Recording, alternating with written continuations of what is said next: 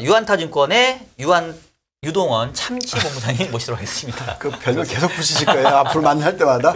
네, 어서 오십시오. 네. 맞습니다. 아유. 저희가 원래 3부에 이렇게 뵙기로 하다가 이제 워낙 우리 유본부장님하고의 저희의 케미가 잘 맞는 관계로 1부부터 네. 좀 해라. 그래서 저희가 순서가 이제 1부로 바뀌었으니까 네. 여러분들 이 1부부터 함께 해주시길 바라겠고요.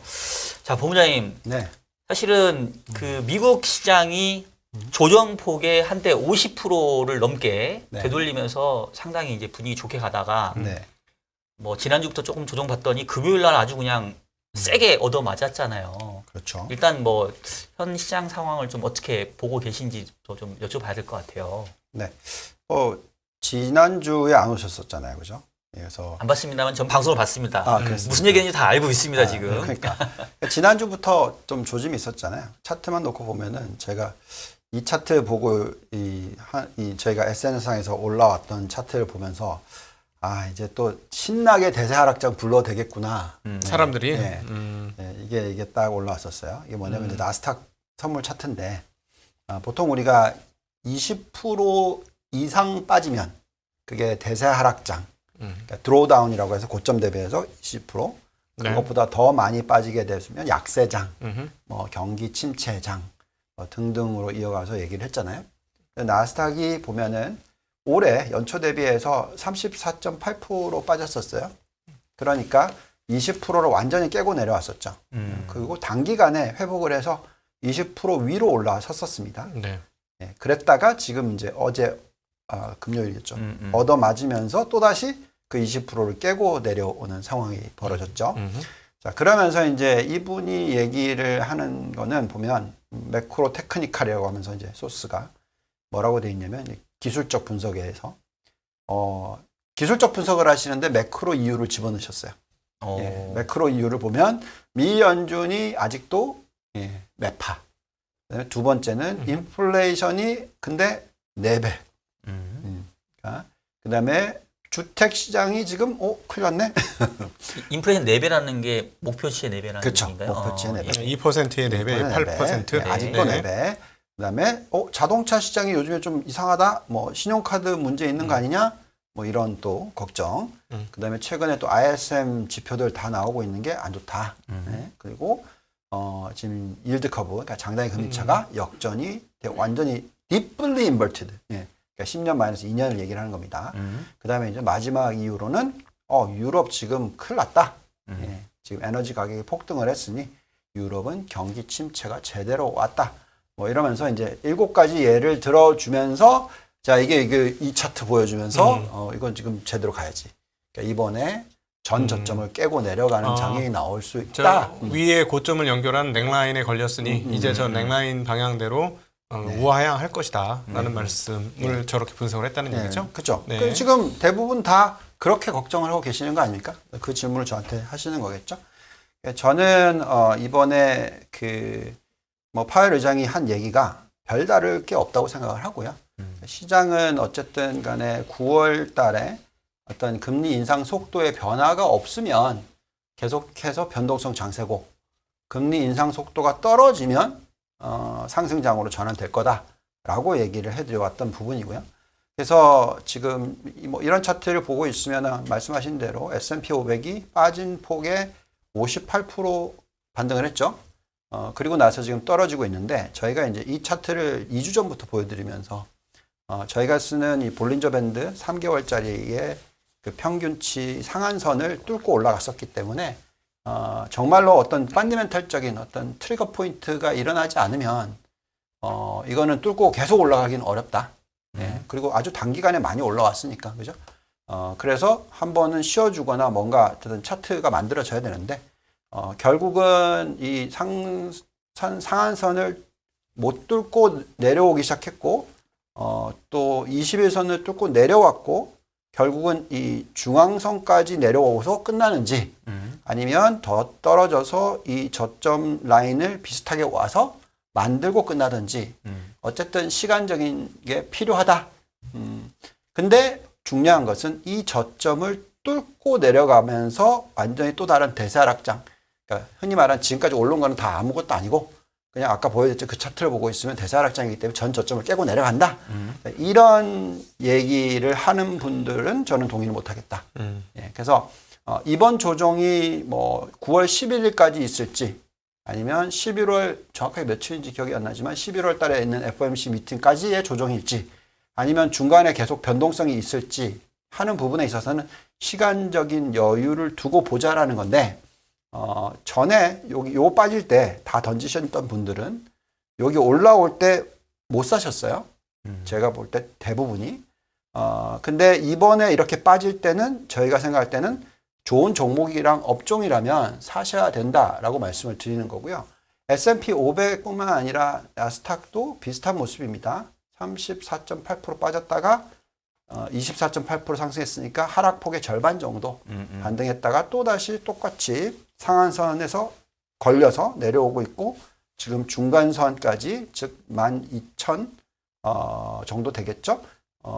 거기 밑에 떨어지거나 아니면 요 밑에 1,500선 수준이죠. 네. 그래서 요 수준까지 다시 한번 떨어지거나 그리고 나서 올라간다. 근데 과거에 보시면은 W자를 형성을 하고 올라가는 케이스들이 많아요. 네. 근데 이번에 저희가 생각할 때는 만약에 9월 11일 날 미 연준의 금리 인상 속도가 0.75에서 0.5로 떨어지면 9월 FOMC 예. 21일 날. 21일, 네. 21일. 네, 21일 날 그렇게 되면 시장은 아마도 이 저점을 네. 그때 형성을 하고 다시 오를 거라고 생각하고 있는 거고요. 네네.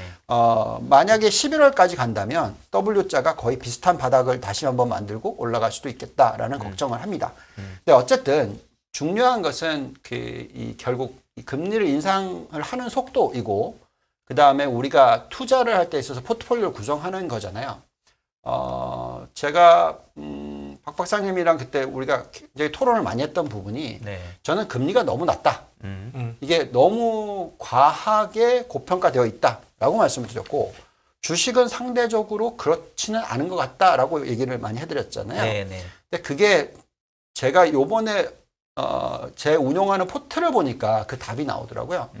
왜냐하면 제가 상품이 굉장히 공격적인 게 있고 중간형이 있고 굉장히 보수적인 게 있잖아요. 네. 근데 보통 보수적인 거는 저희가 운용을 하는 포트 중에서 주식을 절반 정도는 주식을 산다 하더라도 그냥 전형적인 배당주, 저변동성 배당주만 사요. 네. 아니면 제가 채권 금리가 적절한 수준이었다고 생각하면 그 절반은 그냥 채권을 들고 있는 상품이에요. 네. 근데 이게 진짜 재밌는 얘기인데 연초 대비해서 주식시장 많이 빠졌잖아요. 그래서 연초 대비해서 주식시장이 20몇 프로 빠졌어요. 그죠? S&P 기준으로 합시다. 네. 25% 빠졌어요. 근데 제가 공격적으로 운영하는 것들은 그것보다 좀 덜 빠졌지만 이걸 다 돌리고 이거를 다 회복하고 플러스가 났어요. 공격적으로 운영하거나 중간형으로 운영하는 거는. 네. 근데 채권을 50%나 아니면 배당주를 50%로 들고 있는 거는 빠진 폭이 15%밖에 안 빠졌는데 네. 덜 빠졌죠. 10%포인트 덜 빠졌죠. 근데 회복은 아직도 마이너스 8%예요. 무슨 얘기냐? 채권을 들고 있었으면 더 깨졌다라는 얘기죠. 오늘 그 발표가 나오는 국민연금 상반기 운용 실적이 마이너스 8%. 네. 저는 개인적으로 굉장히 잘했다고 생각합니다. 시장. 네, 시장 대비. 어떤 근데 대비? 왜냐하면은 채권을 어마어마하게 들고 있을 거잖아요. 주식보다 채권을 더 많이 들고 있을 거잖아요. 국민연금 비중으로 봤을 때 네. 그렇죠. 그런데 이제 채권 시장이 진짜 상반기에 아사리판 아니었습니까? 최악의 몇 년 만에 보는 최악의 장이었는데 국민연금 마이너스 8%였으면 상당히 잘한 거다. 이렇게 볼 수 있을 것 같고. 그러면은 지금 여전히 그 채권 가격이 높다 이렇게 생각하시는 건가요? 그러니까 저희는 높다 가격이. 근데 이제는 저희가 항상 얘기했잖아요. 3.25에서 3.5% 정도 수준이 흔히 말하는 뭐 제가 생각하기에는 주식의 스위스팟이라고 저는 생각하고 3.25에서 3.5 이상 금리가 올라가게 되면 채권 금리가 이때는 이제 주식이 상당히 힘들어질 수도 있고 아니면 경제로서 보더라도 저희는 3.5%까지는 감당 가능한 수준이지만 이거보다 더 올리게 되면은 사실 경기가 굉장히 더 네. 세게 무너질 수도 있는 부분이 있으니 근데 3%대는 저는 괜찮다고 계속 얘기를 하고 있는 거고 그래서 지금 현재가 3.1%까지 올라왔어요. 자, 2.6에서 다시. 네, 그렇습니다. 예, 그래서 여기서 저희는 어쨌든 3.25 넘어가기 시작하면 그때는 저는 채권을 싫겠다고 계속 얘기했죠. 예, 그래서 이제는 3.25 정도까지 올라가면 네. 채권을 실 수 있을 만한 룸이 생긴다라는 거고 거기서 3.5까지는 오버슛을 할 수 있을 거라고 생각하지만 그 이상 올리기는 저는 어렵다라고 생각하는 거고 이번에 파웰 의장이 이렇게 얘기를 했음에도 불구하고 저는 지금 현재 인플레이션 숫자와 기본적으로 지금 미국에서 나타나는 숫자를 보고 있으면 미 연준은 더 이상은 욕은 안 먹겠구나. 그렇잖아요. 작년 1년 내내 저도 같이 원래 미 연준에 얘기하는 걸 많이 듣는 편이기 때문에 네, 네. 1년 내내 올해 금리 안 올릴 거라고 얘기하다가 11월 초에 바꿨잖아요. 네. 그게 그때부터 저희도 수익률이 깨지기 시작했던 거고 그죠? 그래서 그 1년 내내 틀렸었으니 지금 1년이 안 됐잖아요. 근데 여기다 내놓고 우리 금리 또 덜 올릴게 이 얘기 못 하지. 그렇잖아요. 왜냐하면 기준금리 이제 겨우 기준금리를 중립금리 수준까지 올려놓은 상황인데 네. 여기다 대놓고 우리 이제 금리 좀 천천히 올릴 거야. 이 얘기 못 하죠, 당연히. 잠깐만요. 네. 기준금리를 지금 2.5 정도라고 말씀하셨는데 최근에 연준 총재들 발언이 보면 일부 연준 총재께서 아니 중립금리. 그러니까 중립금리를 3%라고 얘기하기 시작하셨어요. 중립금리를요? 네, 누가요? 몇몇 사람들 유럽에 있는 사람도 그랬고, 아 유럽에. 예, 아니요, 그 연준 총재 한 명도 한 3% 정도의 뉘앙스로 중립금리를 얘기하기 시작했어요. 자, 그러면 금리를 이제 3.5에서 더 이상 못 올릴 가능성이 높다라고 말씀을 하셨는데 우리 채권 전문가이신 박 박사님 어떻게 생각하십니까? 일단은 이제 제가 계속 얘기하는 게 저는 사실은 미국 기준금리 기준으로 3%를 넘어가기 시작하면 그때부터는 이제 오버킬 영역이다라고 이제 계속 말씀을 좀 드렸던 것 같고 네. 근데 3% 잠깐 넘어갔다가 그냥 훅 떨어지면은 사실은 큰 부담이 안 돼요. 근데 이제 연준의 발언대로 3.5까지라고 한다면 이제 오버킬 된 영역에서 상당 기간 이제 유지된다라는 거거든요. 네. 그러면 이제 그게 시장에 많은 부담을 줄 거라고 생각하는 거고 네. 일단은 지금 이제 전망을 물어보셨으니까 현재 기준금리가 2.5가 상단이고 FOMC가 이제 연말까지 3번 남아 있잖아요. 네. 근데 이번에 파월 의장이 시장에 충격을 줬던 그 여러 가지 멘트 중에 하나가 9월 FOMC에서 어쩌면 또 한 차례의 이례적인 금리 인상이 필요할 수도 있겠다라는 발언을 했었습니다. 네. 근데 그 또 한 차례의 이례적인이라는 그 표현은 뭐냐면 75bp의 금리 인상을 그렇죠. 썼을 때 했던 표현이거든요. 50bp도 이례적인 거 아니에요? 아니에요. 50bp는 그동안에 디폴트 값이 야, 바뀌어 있잖아요. 겁니다. 네. 그러니까 네. 그 75bp를 지금 2번 했잖아요. 그러니까 75bp 인상이 과거에 또 한 그렇게 번 더. 그러니까 이례적이라는 표현을 썼을 때는 75bp를 지칭하는 걸로 생각되고 50bp는 뭐 그렇게 빈도수가 적었던 건 아니니까 이제 그러다 보니까 FF 선물 시장에서도 지금 9월 달에 75bp 인상 가능성이 한 60%로 확 그렇죠. 높아진 거고 네. 그래서 적어도 9월은 50bp 이상이겠죠 지금 50 아니면 75이겠죠. 라파엘 총재는 나는 50pp로 기울어졌다 이 얘기는 했었고. 그렇죠. 네. 그러고 나서 그러면 이제 지금까지 그 9월 이후에 이제 두 번 더 10월하고 11월하고 12월 남았는데 최소 25bp씩은 하겠죠. 네. 그렇죠. 그러니까 연말 기준금리가 상단이 최소값이 지금 현재로서는 3.5, 어쩌면 그러니까. 3.75, 그렇지. 요 정도 수준인 것 같은데 사실 여기까지 저도 전망을 했어요. 근데 이제 저도 파월 의장 발언을 지난주에 보면서 조금 약간 공포감을 느꼈던 게 내년도에도 금리 인상이 있을 수 있겠다. 그러니까 있을 가능성이 있다. 네. 그러면 이제 상당히 4%가 되는 거거든요. 그러면 이제 제가 아까 얘기했던 것처럼 3% 넘어가는 영역은 이미 오버킬 영역이라고 생각하고 3.5까지 된다는 얘기는 3% 이상의 오버킬 영역이 상당 기간 유지된다는 건데 이게 4%까지 내년도 초에 간다고 한다면 사실은 이거는 그러니까. 시장의 입장에서 완전히 재앙과 같은 그런 금리 수준 아니냐. 그러니까 저는 박 박사님의 의견보다 0.5% 정도 높은 거죠. 제가 말씀드린 거는 3.5 정도가 적절하다고 생각하고 거기에 더 올라가는 걸 오버킬이라고 저는 생각하거든요. 아까 말씀드린 3% 이상이 오버킬이라고 하면 저는 3.5% 이상을 오버킬이라고 생각해요. 그래서 3.5 정도의 금리인데는 경기가 그렇게 빠르게 위축이 되거나 큰일 날 정도는 아닐 거다라고 저는 예측을 하는 거고요. 네네. 그거의 차이인 거고요. 결국은 주식이라는 것은 말씀하신 대로 금리가 3%든 3.5%든 3.5% 평균이 유지가 됐었을 때 경기가 얼마나 빠르게 둔화하느냐 이거잖아요. 네네. 예. 근데 이제 저희가 판단하기에는 3.5% 정도 수준의 금리에서 기업들의 펀더멘탈과 가계의 펀더멘탈을 판단했었을 때 저희는 경기가 침체로 바로 넘어가지 않을 거다라고 예측을 하는 거고요. 그렇기 때문에 미 연준의 금리와 이 장기 금리의 차이가 지금 보면 만약에 미 연준 금리를 3.5%까지 끌어올렸는데 장기 금리가 3%에 있으면 이건 역전이잖아요. 네. 그러면 결국은 한 1년 뒤면은 경기 침체가 오는 건 당연한 거잖아요. 그러니까 그게 아니라 10년 국채 금리가 3.5% 수준 정도에 올라와 있어야지 이게 역전이 아니거든요. 네. 그런 상황이 앞으로 몇 년이 갈 수도 있다라는 전 생각을 해요. 네네. 그렇게 되면은 경기 침체가 아주 빠르게 일어날 것 같아 보이지는 않는다라는 걸 자꾸 얘기를 해드리는 거고, 그렇기 때문에 기업 실적이 깨지는 모습이 나오냐 안 나오느냐가 굉장히 중요한데, 네. 저희는 지금 현재까지 확인한 바로는 기업 실적이 깨지고 있는 모습이 2, 4분기에도 안 나왔고 3, 4분기에도 나올까 안 나올까 이미 컨센서스는 굉장히 빠르게 조정을 받았는데 실질적으로 그렇게까지 조정을 받을 정도의 실적이 나올 거냐 하는 데 있어서는 저는 오히려 실적이 괜찮게 나올 확률이 더 높다라고 생각하는 겁니다. 그건 이제 제가 개별적으로 기업들을 보면서 분석하는 내용이고요.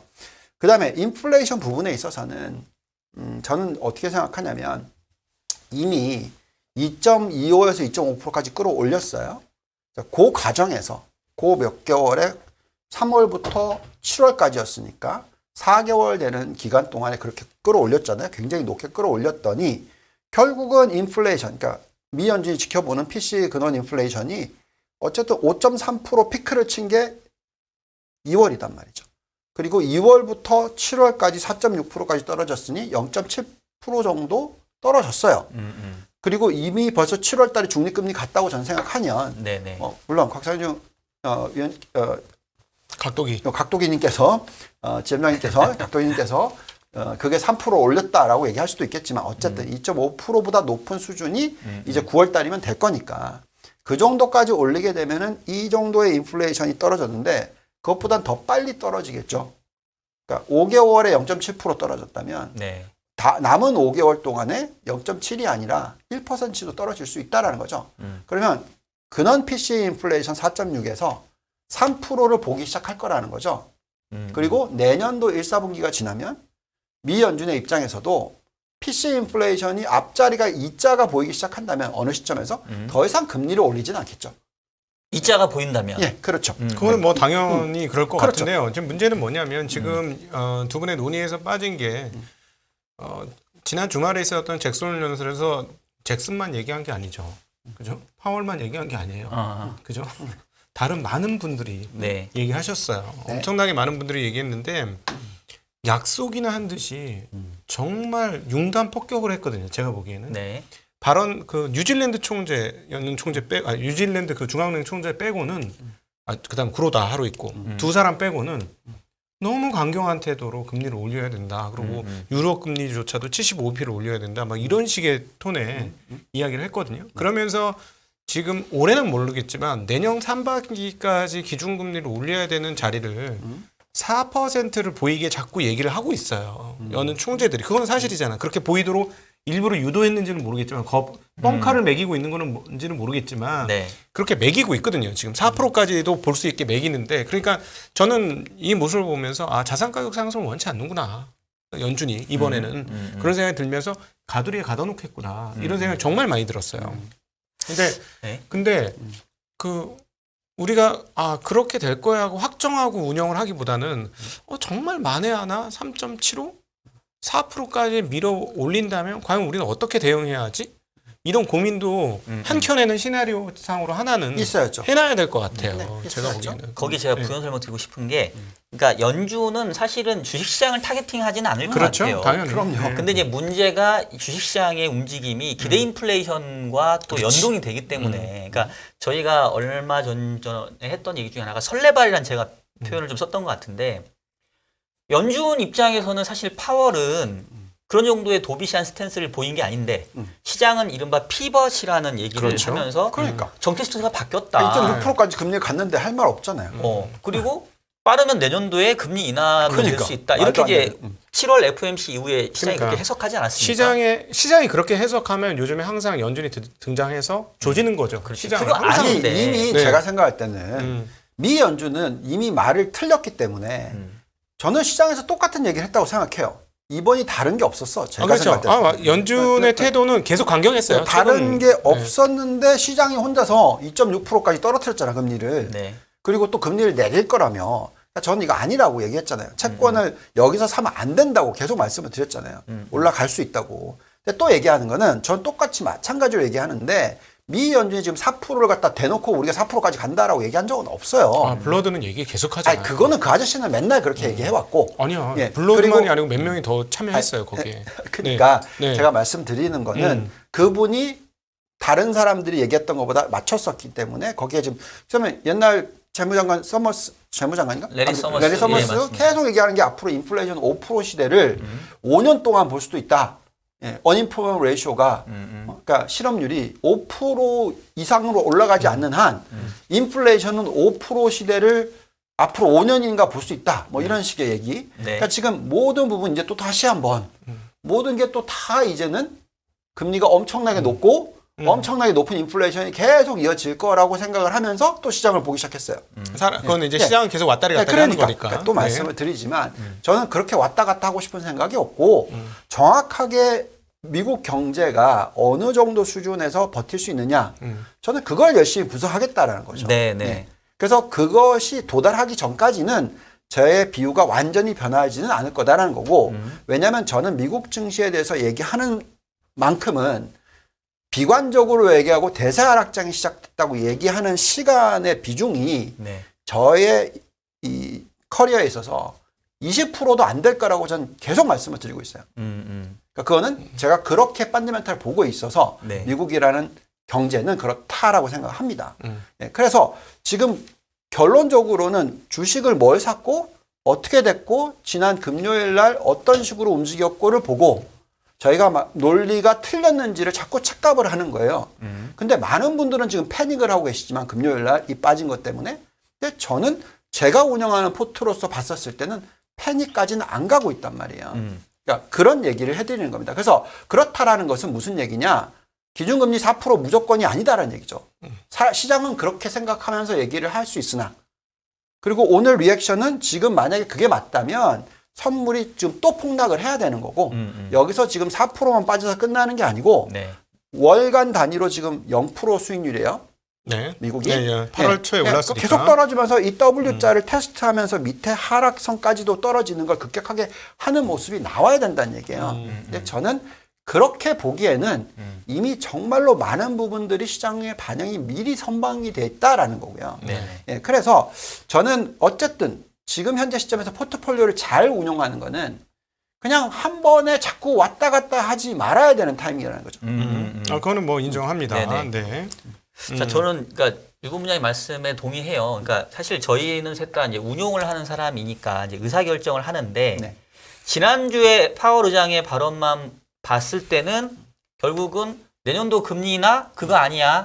그거는 그것까지는 시그널로- 오버했어. 네네. 베어마켓 쭉 끌어올렸, 베어마켓 랠리를 쭉 끌어오는데 그것까지는 아니야. 이 정도 오케이. 근데 그렇다고 해서 그러면 다시 바닥을 깨고 내려간다. 그거는 현재로서는 알 수는 없죠. 네. 그리고 이제 근데 제가 이제 오늘 얘기하고 싶은 건 뭐냐면 어차피 저희는 시장의 움직임의 재료에 따라서 운영의 포지션을 바꿔갈 텐데 그동안에는 그래 요번 사이클에서 기준금리 잘 가야 3.5가 맥스겠네. 네. 그리고 뭐 이 정도 흐름이라면 대충 물가도 고점은 본 것 같으니까 내년도면 뭐 상반기든 하반기든 어느 시점에 가선가는 금리가 떨어질 수도 있겠네. 약간 이제 이런 거를 베이스 라인으로 잡고 이제 전체적인 큰 그림은 그렇다면 지난주 금요일 날 파월의 발언 이후로는 어떤 그 베이스 라인을 조금 옮겨야 된다고 생각하는 게 네. 야, 이거 까딱 잘못하면 3.5% 이상도 봐야 될 수 있겠다. 내년 가면 금리 인상이 더 될 수 있겠고 금리 인하는 아예 이제 상정하면 안 되겠다라고 하면 사실 지금 당장은 뭐 박스가 크게 벗어나진 않을 수 있는데 실제로 이제 걱정되는 거는 금리를 인상해요. 9월에 50bp든 75bp든 그럼 3% 넘어가겠죠. 그리고 문제 중요한 거는 저는 기준금리의 수준도 중요하지만 높은 금리가 유지되는 기간도 저는 상당히 중요하다고 봅니다. 그럼요. 네. 그러니까 금리가 올라갈 때 가파르게 올라갔다가 바로 찍고 내려오면 사실은 이거는 심리적인 영향만 주지 펀더멘탈은 그냥 영향이 없어요. 근데 3% 중반의 금리, 미국 금리 기준으로 3% 중반의 금리가 이게 한 1년 이상 지속된다라고 한다면 실질적으로 이게 정말로 대출에 영향을 주고 실물 경제에 영향을 주고 기업 이익에 영향을 줄 거거든요. 네. 근데 이제 그 가능성에 대해서 이제는 열어두고 얘기를 해야 되는 상황이 된 게 아니냐. 그렇죠. 열어둬야죠. 네. 그러니까 열어두는 거는 뭐냐면 지금 다 얘기하셨잖아요. 결국은 채권에 초점을 맞추시는 분들은 금리를 기본적으로 제가 느끼기에는 좀 더 낮게 보세요. 그러니까 그 수준 자체를. 아니 그러니까 보유 편향이 있으니까 네. 주식을 갖고 있는 사람은 주식 시장을 조금 높게 보고 항상 더 아니, 좋아지기를 바라보고. 아니 저는 꼭 그렇진 않아요. 그러니까 저도 그렇지는 않아요. 네. 아니 그러니까- 다 있어. 아 이건 다 뻥이에요. 그러니까 저는- 여러분 믿지 마세요. 아니, 이거는 저는 다 뻥이야. 그냥 네. 금리가 3%든 4%든 그 3%, 4%를 집어넣고 A라는 기업이 예를 들어서 3%일 때 적정 가치가 100이었다. 그러면 4%면은 얼마나 떨어지냐 이걸 그냥 계산할 뿐이에요, 저는. 네. 그래서 또 말씀을 드리지만 금리가 3.5% 수준까지 갔다. 전에 저희가 막 시장 막 빠질 때 4%까지 갔다. 집어넣고 밸류에이션 돌려보고 적정 가치 구해보고 상대적으로 어디가 저점이고 이거 다 해봤잖아요. 그러니까 4% 집어넣고 이익이 안 늘어나고 다 집어넣었던 게 전저점이란 말이에요. 저희의 분석으로는. 네. 그러니 이미 저는 그걸 한번 다 계산해봤고 제 개인적인 운영 방법으로는 그러니 이번에 또 그렇게 간다고 해서 이 저점을 뚫고 내려가기보다는 그 위에서 끝날 거다라고 예측을 하는 거고요. 그 다음에 이 지금 차트 한번 올려주시면 이게 뭐냐면 어쨌든 과거의 이 점선 높여 이게 미 연준이 얘기해 왔던 거예요. 작년에. 계속 얘기했던 게 뭐였냐면 내년부터 사실 올해부터 올린다는 얘기도 안 했어. 그렇지만 이제 시장은 요렇게 예상을 했었잖아요. 네. 예상이 그래서- 올라갔죠 지금. 그러니까 네. 요게 옛날 예상이었잖아요. 그러니까 네. 옛날 예상이 이것도 연초만 하더라도 이렇게 예상했었어. 네. 그러니까 매번 모일 때마다 0.25씩만 올린다. 그죠? 그러면 그 0.25도 아니야. 지금 보면 22년부터 23년, 24년 동안에 2% 올리는 거니까 그럼 뭐예요? 그럼 뭐냐? 0.75? 뭐 이 정도잖아요. 그러니까 8번 모이는 것 중에 절반은 안 올려. 그런 수준이잖아요. 그래서 보통 우리가 이런 차트가 나올 때는 처음에 금리를 인상했었을 때부터 매수, 그리고 2% 올라갈 때까지 계속 매수, 2% 이상 올라가고 나면 그때부터는 이제 경기 침체의 가능성이 가시화되니까 네. 그때부터는 매도. 네. 그죠? 그게 감당 가능한 금리가 2% 미만 수준이었기 때문에 그렇다. 이거였잖아요.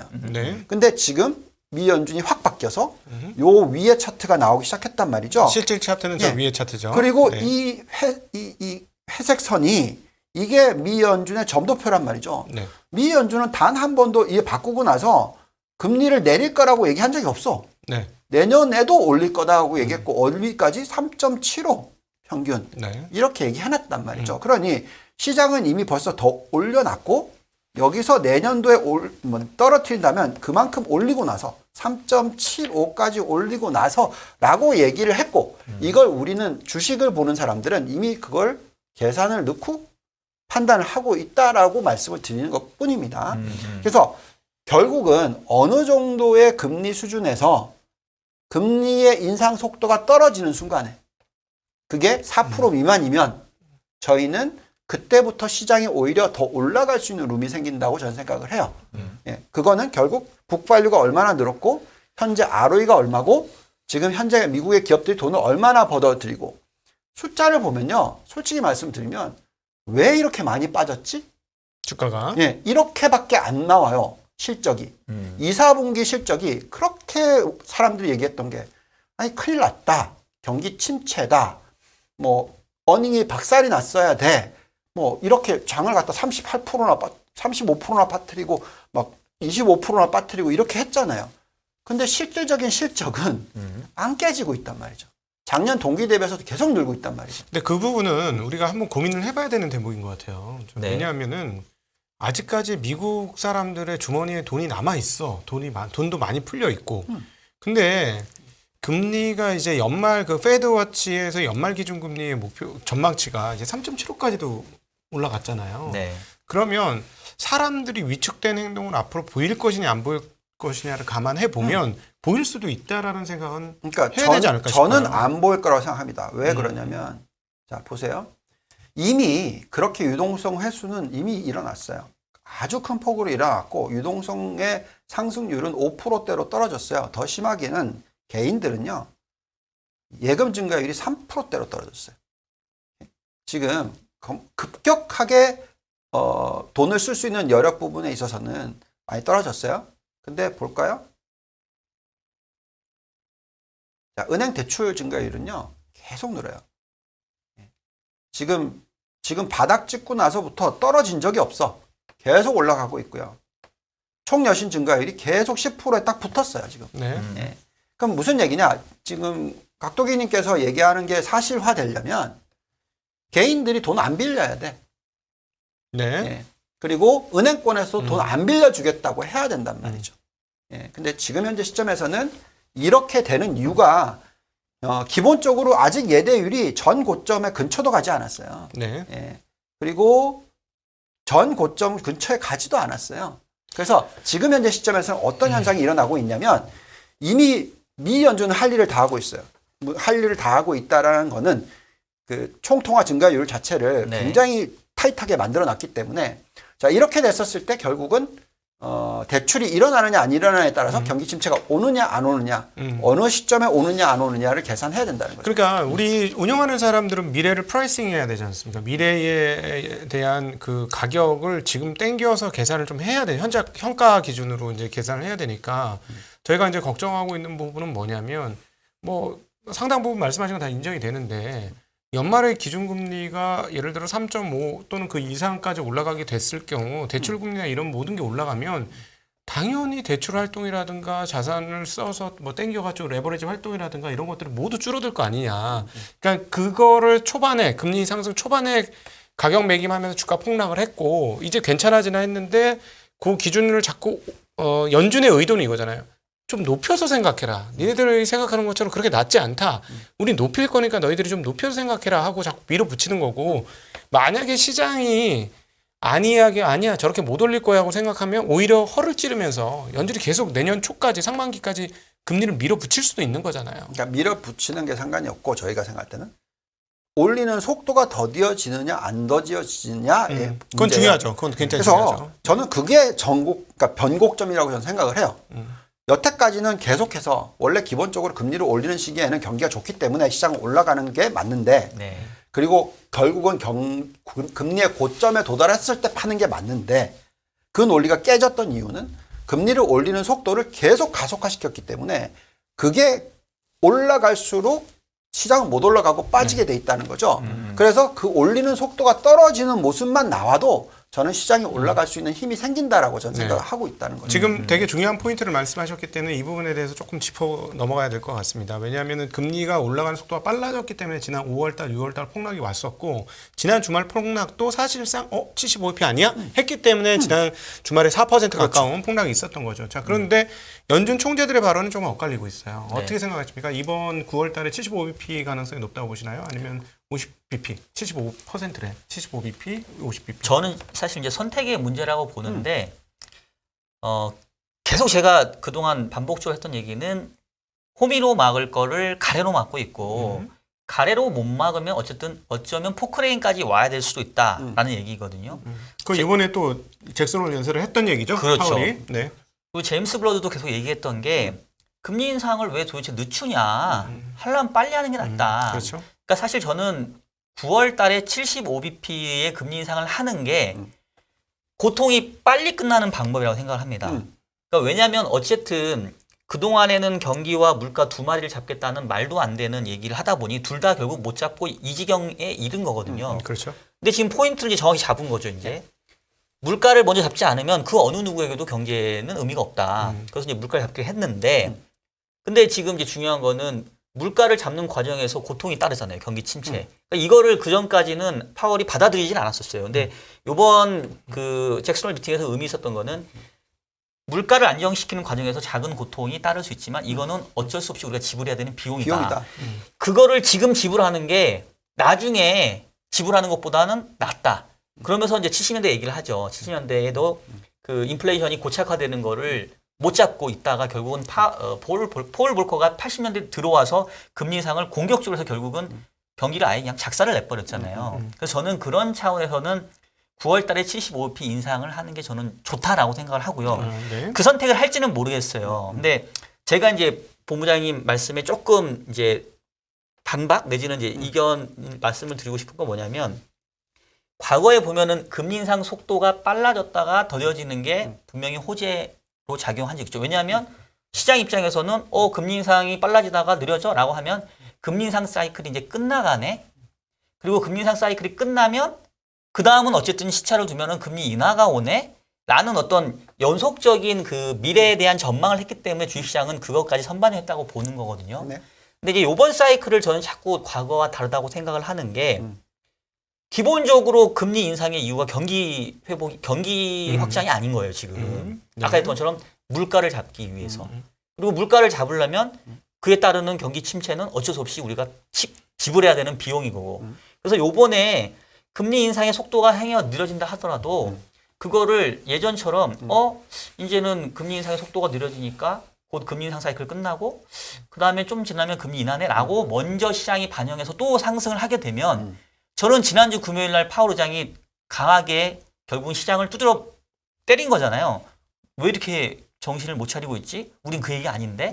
그러니까 결국은 어쩔 수 없이 경기도 그렇고 시장도 그렇고 물가가 안정되기 전까지는 이렇게 죽어져야 마치 죽어야 사는 시장으로 갈 수 있기 때문에. 그러니까 저는 거기에 있어서 네. 그 무슨 말씀인지 다 이해했고, 그러니까 결론적으로는 보커 시대를 자꾸 비교를 저는 하기가 싫은 이유가 뭐냐면 그때의 인플레이션 숫자와 그때의 상황은 얼마든지 미 연준이 또한 미국 정부가 금리를 그렇게 올려도 감당 가능한 거란 말이에요.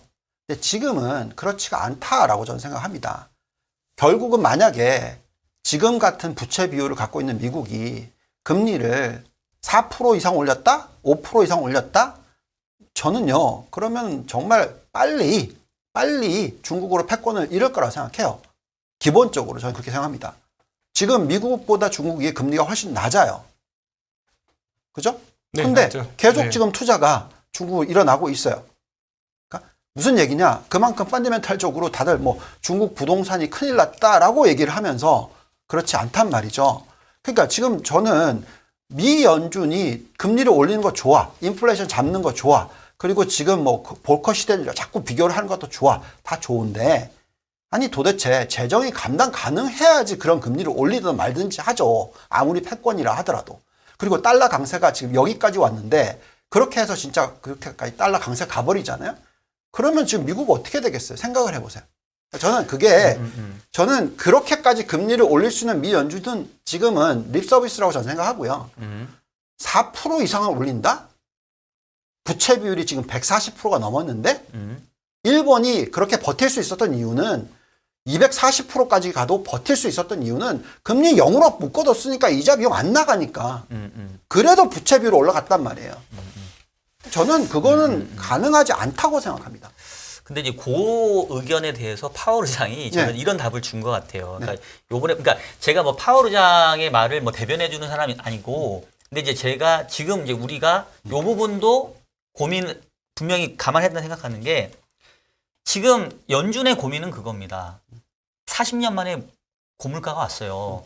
물론 그때보다는 물가 수준이 낮긴 하지만 40년대 경제 상황에 비춰보면 지금의 8%의 물가는 어쩌면 그때보다 더 위협스러운 상황일지도 모르겠다는 생각이 첫 번째 들고, 두 번째는 말씀하신 것 중에 80년대에는 경제가 버틸 수 있었으니까 금리가 올렸다고 하는데 그때도 결국 못 버텼어요. 결국 못 버텨서 경제가 작살이 났죠. 그래서 이번에도 경제가 못 버틸 거니까 금리를 못 올릴 거야 라고 생각하는 건 조금 오판일 수 있겠다. 그에 대한 파월의 발언은 뭐였냐면 우리가 금리를 올리고 물가를 잡으려고 하고 있는데 만약에 시장 참가자들이 연준의 물가 안정에 대한 의지를 의심한다면 그거는 앞으로 더 큰 재앙이 될 수 있다. 그래서 결론은 뭐냐면 물론 블러핑일 수도 있어요. 그리고 실질적으로 금리를 올리는 과정에서 경기가 꺾여버리면 생각했던 것보다 금리를 못 올리고 다시 금리를 낮춰야 되는 상황이 될 수 있는데 문제는 그 상황까지 그래야 물가가 안정되니까 연준은 어떻게 그러니까 보면 왜 그렇게 생각하는지 전 잘 모르겠는데 네. 왜냐하면 이미 숫자는 인플레이션이 꺾이고 있는 걸 보여주고 있다는 얘기를 지금 하고 있잖아요. 그러니까 만약에 안 꺾였다고 자꾸 얘기들을 하시는데 좋아요. 뭐 아까 곽도기님 우리 방송하기 전에 네. 미국에 계신 분이랑 얘기를 했는데 뭐 그 지금 큰일 났다 얘기를 하시잖아요. 그 얘기는 옛날부터 들었던 내용이고요. 어쨌든 숫자는 꺾이고 있는 게 보이고 있다라는 거죠. 만약에 좋아요. 제가 틀릴 수도 있고 뭐 당연히 우리는 결론적으로는 인플레이션이 어떻게 되냐가 제일 중요한 거 아니겠습니까? 그죠? 그래서 우리가 그것도 확인을 안 하고 무조건 다시 인플레이션 또 치고 올라갈 거야 라고 얘기하면서 논리를 만들 필요는 없다는 얘기죠. 그러니까 저희는 어쨌든 인플레이션은 꺾여 내려오고 있는 것이 지금 나오고 있다. 네. 네네. 아, 저는 그 점에서 인플레이션이 다시 올라갈 것 같지 않아요. 이미 뭐 피크아웃 쳤고 확실하게. 그렇죠. 모든 게 다 떨어지니까 떨어지는데 예를 들어 4.5%의 인플레이션이 나오면 그걸 낮다고 얘기할 수 있을 것이냐. 아니, 나는 지금 4.6 나왔고요. 더 빠지는 방향이다라는 얘기를 해드리는 거예요. 전 지금 그냥 그 헤드라인 CPI 말씀드린 겁니다. 이게 8%까지 그 떨어지고 CPI는 절반은 네. 에너지 가격이죠. 네, 그러니까. 빼라는 얘기죠. 그러니까 무슨 얘기냐. 그러니까 알겠어요. 다 알겠는데 우리가 그러니까 모든 부분을 지금 비관적으로 볼 때는 모든 사람들이 다 해피해서 모든 사람들이 너무나 우리 흔히 얘기하는 어떤 샴페인을 터뜨리고 있고 그런 가격대에 와 있다. 그러면은 그래야 될 것 같은데 지금은 시장이 빠졌고 채권 금리가 0.5에서 지금 3. 몇 %까지 올라갔고 엄청나게 많은 부분들이 이미 벌어진 상황에서 정말 우리는 최악을 보고 얘기하고 여기서 대폭락장이 나올 거니까 다 던져야 된다. 이 논리는 지금 굉장히 위험하다는 얘기를 자꾸 해드리는 거예요. 저는 좀 입장이 조금 달라요. 그러니까 뭐냐면 저는 대폭락장이 오는 게 아니고 가두리에 갇혔다는 느낌이 드는 그렇죠. 거고. 그럴 수 있죠. 그러니까 9월달, 11월달까지. 예, 네. 뭐 앞으로도 상당 기간 가두리에 갇혀 있을 수도 있다라는 생각이 들면서, 그러니까 예를 들어서 그 CPI 그 헤드라인 CPI가 예를 들어 4% 5% 정도를 나온다면 연 10월 11월 가서 그러면 얘네들이 금리를 안 올릴 거냐 생각해보면 분명히 얘기했던 거는 금리의 바로미터는 고용 얘기를 했으니까 고용이 제가 보기에는 실업률이 안 올라갈 것 같아. 분위기가 연말까지. 그러면은 3.6, 3.7 뭐 이렇게 실업률 나오면 금리 안 올릴까? 올릴 것 같아요. 그래서 저는 개인적으로 저의 의견은 폭락이 오는지는 않을 것 같아요. 시장이 폭락이 온다고 생각도 안 하고 있는데 그냥 지금 시장이 겁먹을 때는 저는 오히려 지금 Fear and Greed 보면 Fear로 약간 넘어갔고 그 다음에 이제 VIX 지수도 지금 23, 25를 향해 가거든요. VIX 지수 전 30 가면 무조건 사야 된다는 입장이에요. 개인적으로 미국 VIX 지수가. 근데 그건 문제는 뭐냐면 어찌되었건 금리를 올리니까 금리의 고공행진이 되고 난 다음에 미국 시장과 세계 금융시장이 어떻게 될 거가 저는 사실 궁금해요. 그러니까 저희는 궁금해요, 그게. 저희가 그때 얘기했잖아요. 그러니까 처음에 금리를 너무 빨리 올리고 있으니까 이번에 반등이 온다 하더라도 전 고점으로 가기는 어렵다. 올해 안에. 그래서 저희가 다시 계산했더니 적절한 고점이 S&P 기준으로 4,300에서 4,400 정도 연말에 갈 수 있을 것 같다 했는데 너무 많이 땡겼어. 시장이 막 금리 떨어뜨리면서 4,300을 가버렸잖아요. 네. 그 연말 갈 수 있을 정도의 숫자였는데 이미 땡겼으니까 말씀하신 대로 지금 이제 떨어져야죠. 근데 중요한 거는 그 떨어지는 과정에 또 올라가는 과정에서 종목 선별을 잘하고 알파 전략을 폈으면 수익이 다 돌아오고 다 방어가 가능했다라는 얘기를 자꾸 해드리는 거예요. 네, 네, 맞습니다. 네. 그래서 결론은 말씀하신 대로 똑같이 말씀하신 대로 우리가 박스권에 있는 장이라고 해서 그 장을 버리거나 떠나 있을 필요가 없고 여기서 어디서 초과 수익률을 낼 수 있는지를 계속 본다. 근데 우리가 지금 계속 얘기하는 게 모든 전제 조건은 뭐예요? 인플레이션이 3% 이상의 유지가 될 거고 오랫동안 유지가 될 거다. 자, 그럼 딱 간단해요. 가격 전가 가능한 기업에 투자를 해놓으면 돼. 시장이 박스권에 있다 하더라도 그 기업들을 들고 있으면 초과 수익률 2자릿수가 나온다. 이걸 제가 수십 번 더 얘기해 드린 것 같아요. 네, 그래서 지금 현재 시점에서는 그렇게 도망갈 게 아니고 금요일 날 다들 패닉해서 난리가 났었단 말이에요. 올해 월요일 날 다 던져야 된다. 난리 쳤어요. 근데 오늘 한국 시장 어떻게 됐어요? 좋은 종목들은 오히려 올랐어. 이런 장이 나왔는데도. 물론 저희가 생각하는 좋은 종목, 뭐 곽도희님하고 좀 의견 차이가 있을 수 있으나 거의 안 올랐는데 다 떨어졌는데 초토화됐는데. 네. 아니요. 예. 현대에너지솔루션 올랐어요. 네. 하나솔루션 올랐어요. 예. 아무튼 네. 그러니까 제가 말씀드리는 거는 기본적으로 우리가 지금 좋아하는 업종들이 있고 현재 인플레이션 가격 전가한 기업들과 산업이 있다면 거기에 대한 투자는 일으켜 놓으시고 그걸 해징하시면 된다는 얘기죠. 네. 예, 뭐, 그러니까 본부장님 말씀은 저도 충분히 이제 이해가 돼요. 그러니까 이제 다만 이제 논리적인 전개를 할 때 일단은 지금 상황에서는 금리가 생각보다 더 올라갈 가능성을 상정해야 되겠다. 그다음에 물가도 꺾이긴 꺾였지만 이게 연준이 그 원하는 레벨까지 내려가기에는 상당한 시간이 걸릴 거니까 그래서 높은 금리가 유지될 건데 이제 우 부장님 얘기는 그럼에도 불구하고 여기에서 그러면 뭐 기업 가격을 전가할 수 있는 기업 내지는 얼마든지 포트폴리오 전략을 통해서 추가 수익 누릴 수 있으니까 너무 이거에만 함몰돼 가지고 시장 끝났나 보다 뭐 투자를 접어야 된다 이거는 아니라는 말씀을 주신 거니까 그 부분에서는 저희도 충분히 네, 동의를 하는 네, 상황이고요. 네, 네. 근데 일단은 기본적인 대전제 상황에서는 분명히 이 연준의 통화 정책이 옛날처럼 긴축이 금방 됐다가 금방 완화로 갈 거는 아닌 것 같다는 네. 그런 부분은 우리가 조금 제가 공감하면서 진심으로 전략을 짜야 되겠다. 정말로 딱 한마디만 하자면 네. 누가 맞춰요 매크로를. 맞습니다. 어렵죠. 그러니까 그거는 저도 전적으로 동감합니다. 지금 자꾸 시장에 이제 유튜브나 이런 방송들이 많아지다 보니까 시장을 정확히 맞춰서 정확히 대응을 하겠다라는 분들이 굉장히 많은데 그게 말이 쉽지 실제로는 그렇게 되는 게 아닌 것 안 같아요. 돼요. 제가 판단할 그래서 때는. 결국은 프로브가 된 증명이 된 투자 전략에 자기의 멘탈을 집어넣어야 된다는 얘기고 그게 워런 버핏이 성공했던 누가 성공을 했던 간에 결국은 매크로 전략이 아니라 종목 선별이에요. 근데 이제 그거는 있는 것 같아요. 이제 우리는 지금 이제 본부장님은 주로 미국 시장을 보다 보니까 사실은 미국 시장은 과거의 금리 인상기에도 많이 안 떨어져요. 중요한 거는 비달러화 자산들, 한국 그쵸. 시장, 그게 그 골치 외의 아프죠. 신흥국들이 네. 사실은 이제 저희가 논의한 거에 걱정거리는 미국 시장에 대한 걱정이 아니라 사실은 한국 시장에 대한 걱정이 좀 더 크거든요. 뭐 네. 저기 뭐 미국은 가두리에 갇혀서 아마 저기 엄청 시장에 빠지면 또 약간 완화되는 사람 그 총재들 예를 들어 비둘기파 총재들이 나와서 조금 50bp야 뭐 라파엘 보스틱처럼 뭐 이런 얘기하면서 또 시장 마사지 해주고 그럴 것 같아요. 제가 네. 보기에는 그래서 미국 시장에 참여하시는 입장에서는 뭐 그냥 그러려니 하면 될 것 같은데 이창용 총재께서 이번에 잭슨 연수원 가서 한국은행은 정부에 대해서는 독립적이지만 미국 연준에 대해서는 독립적이지 않다라고 딱 발언을 하면서 네. 금리 차이가 너무 지나치게 많이 벌어지는 것도 또 옳지 않다라고까지 딱 얘기하셨어요. 지난번 네. 한국 금통위 할 때까지는 그분이 말을 바꾼 건 아니에요. 금통위 때도 비슷한 얘기는 했는데 네, 좀 네. 더 세게 발언을 하셨죠. 그러니까 이번에. 금통위 때까지는 지난달까지는 뭐라고 얘기했냐면 뭐 금리 차이 역전될 수 있고 그게 꼭